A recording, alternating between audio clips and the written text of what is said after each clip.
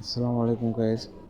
আসলে অনলাইন প্ল্যাটফর্মে একটু দাঁড়াতে চাচ্ছি, যদি কেউ সাপোর্ট করেন তাহলে অবশ্যই অনলাইনে ঘুরে দাঁড়াতে পারবো। আসলে সফলতা কিন্তু এমনি এমনি আসে না, কে কী বললো না বললো সেটা কিন্তু কারো যায় আসে না।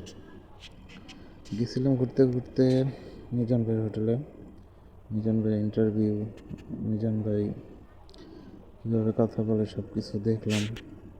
তো ইনশাল্লাহ মোটামুটি লোকটা অনেকটা ভালো, তার মতন লোক হয় না আশা করি। আসলে জনগণের এমনিই কিন্তু ভাইরাল হয় নাই, ভাইরাল হইতে একটু আসলে নিজেরও ট্যালেন্ট লাগে। তো সেই ট্যালেন্টটা মিজান ভাইয়ের ভিতরে আছে। সে আসলেই গরিব দুঃখীর জন্য আর কি।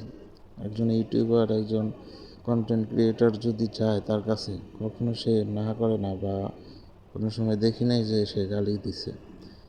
আসলে লোকটা অনেকটাই ভালো। আমাদের এই যে সিরাজগঞ্জের একটা ভাইকে নিয়ে গেছিলাম, তো সে আসলে প্রতিবন্ধী, তাকে খাওয়াইলো, টিকিট কোনো টাকা লাগে নাই। মিজান ভাই দেখেই বলছে যে তুমি প্রতিদিন এসে খাইবা, কোনো সমস্যা নাই, তুমি নিজের মনে করে এসে নিজেই এসে চাইবে, আমি নিজেই দিব। সেক্ষেত্রে যতটুকু বলতাম ইন্টারভিউ দিতেছে, আসলে কি আর বলবো, মানুষ কখন